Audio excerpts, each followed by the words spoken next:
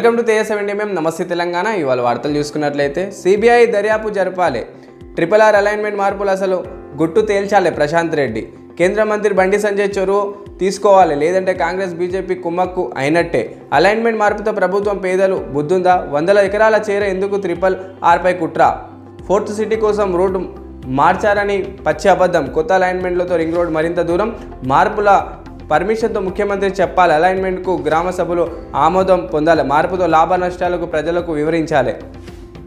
South అలైన్మెంట్పై సర్కార్ committee మార్పు ఎందుకోసం? 14 మంది అధికారులతో కమిటీ ఏర్పాటు. రాష్ట్ర కేబినెట్ నిర్ణయం. రైతుల పలు సందేహాలు. గత సర్కార్ హయాంలో అలైన్మెంట్ పూర్తి, గ్రౌండ్లో మార్కింగ్. కేంద్రానికి ఇప్పటికీ ప్రతిపాదన, మళ్ళీ ఇప్పుడు కొత్తగా మార్పులు చేర్పులు ఎవరి కోసం?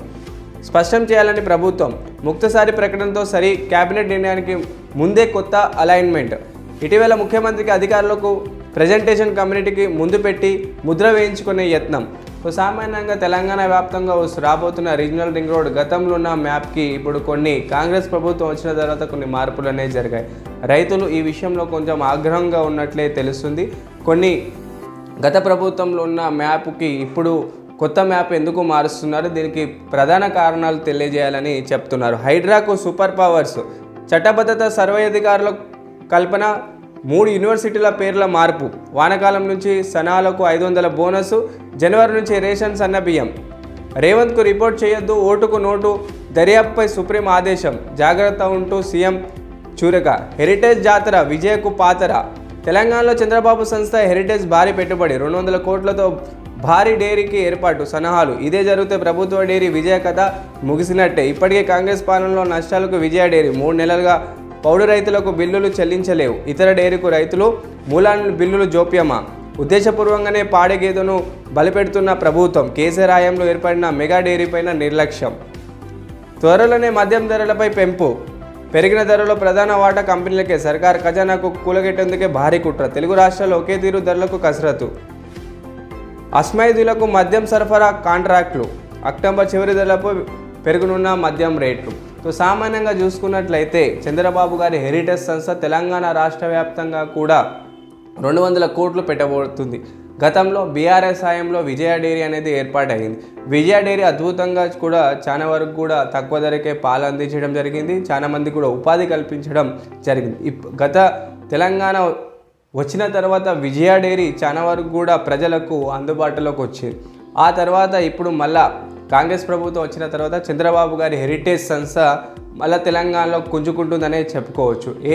అదేవిధంగా మద్యం విషయంలో కూడా ఇటు 2 తెలుగు రాష్ట్రాలకు ప్రైవేట్ కంపెనీకి ఒప్పజెప్పబోతున్నారు. ఇప్పుడు బీర్ల విషయం కావచ్చు, లిక్కర్ విషయంలో కూడా రేట్లు అనేది పెరగబోతున్నాయి. దీనికి సంబంధించిన తాజా నివేదికలో స్పష్టంగా తెలుగు రాష్ట్రాల్లో మద్యం రేట్లు అక్టోబర్ చివరి 31 వరకు కూడా బీర్ల రేటు, మద్యం రేట్లు పెరగనున్నాయి. ఇజ్రాయెల్ లెబనాన్ పేజర్ల పెళ్లిలో ఉద్రిక్తతలు తీవ్రం. ప్రతిదాడి తప్పదన హిజ్బుల్లా. ఇజ్రాయెల్ పైకి రాకెట్ల వర్షం. బిరుటపై ఇజ్రాయెల్ దాడి. హిజ్బుల్లా టాప్ కమాండర్ ఇబ్రాహిం సహా 8 మంది మృత్యు. ఎముకల క్యాన్సర్కు గాలియంతో చెక్కు. సామాన్యంగా ఈ మధ్య ఎముకల క్యాన్సర్తో చాలా మంది కూడా ఇబ్బంది పడుతున్నారు. ఈ క్రమంలో ఇంగ్లాండ్కి సంబంధించిన కొంతమంది శాస్త్రవేత్తలు ఒక అద్భుతమైన దీనికి చికిత్సకు ఒక మార్గం వెతికారు. సామాన్యంగా గాలియంతో ఈ ఎముకల క్యాన్సర్ని మనం నిర్ధారించవచ్చు. ఎముకల క్యాన్సర్ని శాశ్వతంగా దీన్ని మూసివేయచ్చు అని చెప్తున్నారు. ఇక్కడ గాలియం అంటే ఏంటి? గాలియం అనేది ఒక సిల్వర్ లాగా ఉండే ఒక పదార్థం. సామాన్యంగా మనకు టీత్ రిప్లేస్మెంట్స్ క్రమంలో కూడా దీన్ని వాడుతుంటారు. అదేవిధంగా ఒక రసాయనికమైన పదార్థం. దీన్ని ఎముకల క్యాన్సర్కి అద్భుతంగా వాడవచ్చని, దీని ద్వారా క్యాన్సర్ కణాలు శాశ్వతంగా ఇవి చనిపోతాయని, దీని నుంచి మన జరిగిన బోన్ యొక్క డ్యామేజ్ని మళ్ళీ తిరిగి మంచిగా తీసుకురావచ్చని ఇంగ్లాండ్ సంబంధించిన శాస్త్రవేత్తలు చెప్తున్నారు. కాబట్టి ఎవరైతే ఎముకల క్యాన్సర్తో బాధపడుతున్న వాళ్ళకి ఇది ఒక శుభవార్త అనేది చెప్పవచ్చు. మల్లన్న సాగర్కు 21 టీఎంసీలు. కాళేశ్వరం కూలిందన్నారు, మరి నీళ్ళ ఎక్కడివి? కాంగ్రెస్ ప్రభుత్వం దుష్టచారాన్ని తేలిపోయింది. వరదలను, బురద రాజకీయాలకు తట్టుకున్న కాళేశ్వరం. కాంగ్రెస్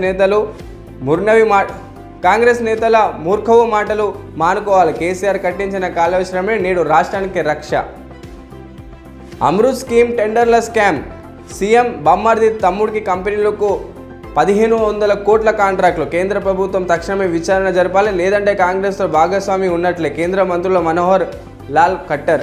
టోచన్ సహాకు మాజీ మంత్రి కేటీఆర్ లేఖ. నిజాలు నింగు తేల్చి టెండర్లు రద్దుకు డిమాండ్. అమ్మకాలు డమాల్. Hyderabad 42% sales down. ఈ జూలై సెప్టెంబర్పై భారీగా పడిపోయిన ఇండ్ల అమ్మకాలు. త్వరలోనే మద్యం ధరల పెంపు. పెరిగిన ధరలో ప్రధాన వాటా కంపెనీలకే. సర్కార్ ఖజానాకు కూలకొట్టేందుకే భారీ గుట్ట. తెలుగు రాష్ట్రాల్లో ఒకే తీరు ధరలకు కసరత్తు. చక్రం తిప్పుతున్న చంద్రబాబు. అస్మేధులకు మద్యం సరఫరా కాంట్రాక్టులు. రేవంత్కి రిపోర్ట్ చేయొద్దు. ఓటుకు నోటు కేసులో సుప్రీం కోర్టు ఆదేశం. దర్యాప్తు పురోగతిపై సీఎంకు నివేదిక ఇవ్వొద్దు. రేవంత్ జోక్యం చేసుకుంటే కోర్టును ఆశ్రయించాలి. తెలంగాణపై కేంద్రం విపక్ష.